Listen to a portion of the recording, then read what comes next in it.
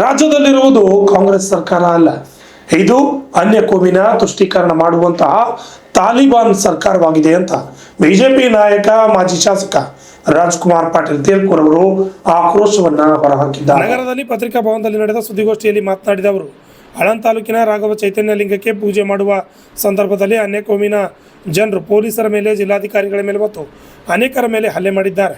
ಅವರ ಮೇಲಿನ ಪ್ರಕರಣವನ್ನು ವಾಪಸ್ ತೆಗೆದುಕೊಂಡಿರುವ ರಾಜ್ಯ ಕಾಂಗ್ರೆಸ್ ಸರ್ಕಾರ ಹಿಂದೂಗಳ ಮೇಲಿನ ಪ್ರಕರಣವನ್ನು ಯಾಕೆ ವಾಪಸ್ ತೆಗೆದುಕೊಳ್ಳೋದಿಲ್ಲ ಅಂತ ಆಕ್ರೋಶ ವ್ಯಕ್ತಪಡಿಸಿ ತುಷ್ಟೀಕರಣ ರಾಜಕಾರಣ ಮಾಡುತ್ತಿದ್ದಾರೆ ಎಂದು ಆಕ್ರೋಶ ವ್ಯಕ್ತಪಡಿಸಿದ್ದಾರೆ.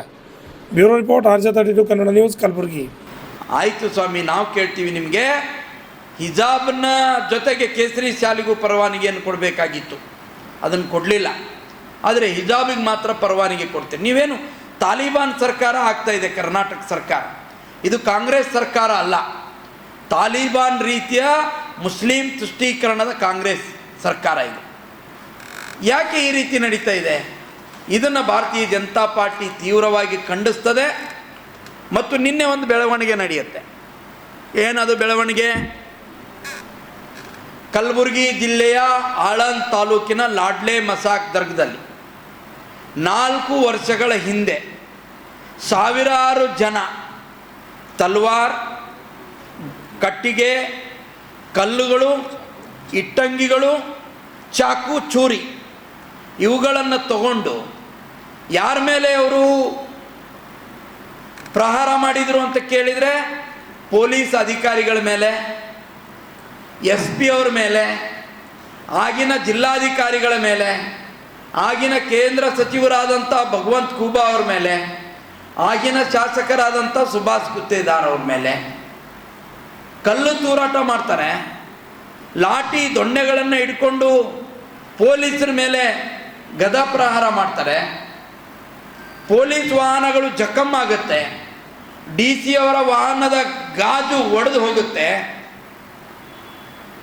ಅಂಥವ್ರ ಮೇಲೆ ಸರ್ಕಾರ ಹಾಕಿರುವಂಥ 8 ಕೇಸುಗಳು ಮತ್ತು ವೈಯಕ್ತಿಕವಾಗಿ ಜನರಿಗೆ ಹಾನಿಯಾದಂಥ ಸಂದರ್ಭದಲ್ಲಿ ಹಾಕಿರುವಂಥ 5 ಕೇಸುಗಳು, ಈ 13 ಕೇಸುಗಳನ್ನು ರಾಜ್ಯ ಸರ್ಕಾರ ವಾಪಸ್ ತಗೊಳ್ಳುವಂಥ ತೀರ್ಮಾನ ತಗೊಳ್ಳುತ್ತೆ.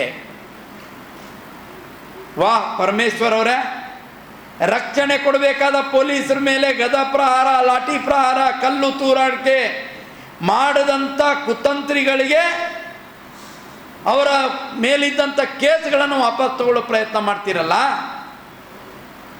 ನೀವು ಏನು ಪೊಲೀಸ್ ಇಲಾಖೆಯನ್ನು ನಡೆಸ್ತಾ ಇದ್ದೀರಿ? ಹಾಗಿದ್ರೆ ಜನ ದಂಗೆ ಹೇಳೋದು, ಅವ್ರ ಸರ್ಕಾರ ಬಂದ ಮೇಲೆ ಅವರನ್ನು ತೆಗೆದುಕೊಳ್ಳೋದು.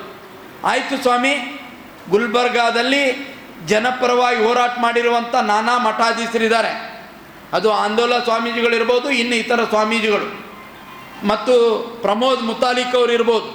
ಅವರ ನೇತೃತ್ವದಲ್ಲಿ ಹಲವಾರು ಜನ ಹಿಂದೂ ಹೋರಾಟಗಾರರ ಮೇಲೆ ಕೇಸ್ಗಳಾಗುತ್ತೆ. ಯಾಕೆ ಆ ಕೇಸ್ಗಳು ನೀವು ವಾಪಸ್ ತಗೊಳ್ಳಿಲ್ಲ? ಅದಕ್ಕೆ ಎಂದು ತಗೊಂಡಾರೆ? ಎಷ್ಟು ಕೇಸ್ ವಾಪಸ್ ತಗೊಂಡಾರ ಸರ್? ಇಲ್ಲಿಂದಲ್ಲ ಸರ್, ನಾನು ಜನರಲ್ ಆಗಿ ಕೇಳ್ತಿದ್ದೀನಿ. ಕರ್ನಾಟಕದ ಒಟ್ಟು ರಾಜಕಾರಣದ ಬಗ್ಗೆ ಹೇಳ್ತಿದ್ದೀನಿ. ಇಲ್ಲಂತೂ ಆಂದೋಲನ ಸ್ವಾಮಿಗಳು ಅದರಲ್ಲಿ ಪಾಲ್ಗೊಂಡಿದ್ರು ತಾನೆ. ಇಲ್ಲಿ ಅನೇಕ ಜನ ಹಿಂದೂ ಆ್ಯಕ್ಟಿವಿಟೀಸ್ಗಳ ಮೇಲೆ ಕೇಸ್ಗಳಾಗಿದೆ ತಾನೆ. ನಾನು ಇಲ್ಲಿಂದ ಒಂದೇ ಹೇಳಲ್ಲ, ಇಡೀ ಕರ್ನಾಟಕದಲ್ಲಿ ಯಾವುದೋ ಒಂದು ಪ್ರಕರಣದಲ್ಲಿ ಮುತಾಲಿಕ್ ಅವ್ರದ್ದು ತೆಗೆದುಕೊಂಡಿರ್ಬೋದು ಹೊರತಾಗಿ ಅವ್ರ ಮೇಲೆ ಈಗಲೂ ಕೂಡ 100 ಕೇಸ್ಗಳನ್ನು ಹಾಕಿದ್ದೀರಿ ಜನರಿಗೆ. ಇವತ್ತು ಇದು ಕಾಂಗ್ರೆಸ್ ಸರ್ಕಾರ ಅಲ್ಲ, ಇದು ಮುಸ್ಲಿಂ ಲೀಗಿನ ಸರ್ಕಾರ, ತಾಲಿಬಾನ್ ಸರ್ಕಾರ, ಮತಾಂಧ ಸರ್ಕಾರ ಕಾಂಗ್ರೆಸ್ಸಿಂದು. ಯಾಕೆ ಈ ರೀತಿ ನಡೀತಾ ಇದೆ ಅಂದರೆ, ದೀಪ ಆರುವಾಗ ದಗದಗಿಸ್ತದಂತೆ ಕಾಂಗ್ರೆಸ್ ನಶಿಸುವ ಸಮಯ ಸಮೀಪ ಆಗಿದೆ. ಕರ್ನಾಟಕದಲ್ಲಿ ಅಧಿಕಾರ ಕಳ್ಕೊಳ್ಳೋ ಸಮಯ ಸಮೀಪ ಆಗಿದೆ. ಅದಕ್ಕಾಗಿ ಇವತ್ತು ಈ ರೀತಿ ಮತಾಂಧತೆ ತುಂಬಿ ಹೋಗಿದೆ. ಅಧಿಕಾರ ತಲೆಗೆ ಹೋಗಿದೆ, ಪಿತ್ತಕ್ಕೆ ಏರಿಸ್ಕೊಂಡಿದ್ದಾರೆ. ಕಾಂಗ್ರೆಸ್ ಪಾರ್ಟಿ ಇರ್ಬೋದು, ಪ್ರಿಯಾಂಕಾ ಖರ್ಗೆ ಇರ್ಬೋದು. ಜನ ನಿಮ್ಮನ್ನು ಸುಮ್ಮನೆ ಬಿಡೋದಿಲ್ಲ. ಪಶ್ಚಿಮ ಬಂಗಾಳದಲ್ಲಿ ಯಾವ ರೀತಿ ಜನ ರೋಸಿಗೆದ್ದು ರೊಚ್ಚಿ ಗೆದ್ದು ಅಲ್ಲಿನ ಸರ್ಕಾರವನ್ನು ಕಿತ್ತಿ ಬಿಸಾಕಿದ್ರು, ಹಾಗೆ ಇಲ್ಲಿಯೂ ಕೂಡ ಕರ್ನಾಟಕದಲ್ಲಿ ನಿಮ್ಮ ಸರ್ಕಾರ ಮುಂದಿನ ದಿನಗಳಲ್ಲಿ ನಿಮ್ಮನ್ನು ಮನೆ ಕಳಿಸುವಂಥ ಕೆಲಸ ಜನ ಮಾಡ್ತಾರೆ. ಇನ್ನಾದರೂ ಎಚ್ಚೆತ್ತುಕೊಳ್ಳಿ, ತುಷ್ಟೀಕರಣದ ರಾಜಕಾರಣವನ್ನು ನಿಲ್ಲಿಸ್ರಿ ಮತ್ತು ಲಾಡ್ಲೆ ಮಶಾಕ್ ದರ್ಗದಲ್ಲಿ ನಡೆದಿರುವಂಥ ಆ ಎಲ್ಲ ಪ್ರಕರಣಗಳನ್ನು ಯಾವುದೇ ಕಾರಣಕ್ಕೆ ರದ್ದು ಮಾಡಬಾರ್ದು ಅಂಥೇಳಿ ನಾವು ರಾಜ್ಯಪಾಲರಿಗೆ ಮನವಿ ಮಾಡ್ತೇವೆ. ಸಂದರ್ಭ ಬಂದರೆ ವಿವಿಧ ಸಂಘಟನೆಗಳ ಮುಖಾಂತರ ಕೋರ್ಟ್ನಲ್ಲೂ ಕೂಡ ನಾವು ಅದನ್ನು ಚಾಲೆಂಜ್ ಮಾಡ್ತೇವೆ ಮತ್ತು ದೊಡ್ಡ ಹೋರಾಟವನ್ನು ನಾವು ರೂಪಿಸಬೇಕು ಅನ್ನುವಂಥ ವಿಚಾರವನ್ನು ಕೂಡ ಭಾರತೀಯ ಜನತಾ ಪಾರ್ಟಿ ಇಟ್ಕೊಂಡಿದೆ. ಹಾಗಾಗಿ ಕಾಂಗ್ರೆಸ್ ಈ ರೀತಿಯ ದ್ವಂದ್ವ ನಿಲುವುಗಳನ್ನು ನಿಲ್ಲಿಸಬೇಕು ಅನ್ನುವಂಥ ಆಗ್ರಹವನ್ನು ಭಾರತೀಯ ಜನತಾ ಪಾರ್ಟಿ ಈ ಸಂದರ್ಭದಲ್ಲಿ ಮಾಡ್ತದೆ. ರಾಜ್ಯಪಾಲರಿಗೆ ಭೇಟಿಯಾಗಿ ಪತ್ರ ಕೊಡಬೇಕಂತೇನಿಲ್ಲ ಸರ್. ಭೇಟಿ ಸಾಧ್ಯ ಆದರೆ ಭೇಟಿ ಆಗ್ತಾರೆ, ನಮ್ಮ ರಾಜ್ಯದ ನಾಯಕರ ಮುಖಾಂತರ ನಾವು ಭೇಟಿ ಆಗ್ತೀವಿ. ಸಾಧ್ಯ ಆಗದೇ ಇದ್ದರೆ ಪತ್ರಗಳ ಮುಖಾಂತರ ನಾವು ಅವ್ರ ಮೇಲೆ ಒತ್ತಡವನ್ನು ಹೇರ್ತೇವೆ ಮತ್ತು ಈಗಾಗಲೇ ಕೆಲವು ಸಂಘಟನೆಗಳು ಮತ್ತು ಕೆಲವು ವಕೀಲರ ಮುಖಾಂತರ ಅದನ್ನು ಕೋರ್ಟ್ನಲ್ಲಿ ಚಾಲೆಂಜ್ ಮಾಡ್ತಕ್ಕಂಥ ಕೆಲಸ ನಾವು ಈಗಾಗಲೇ ಪ್ರಾರಂಭ ಮಾಡಿದ್ದೇವೆ.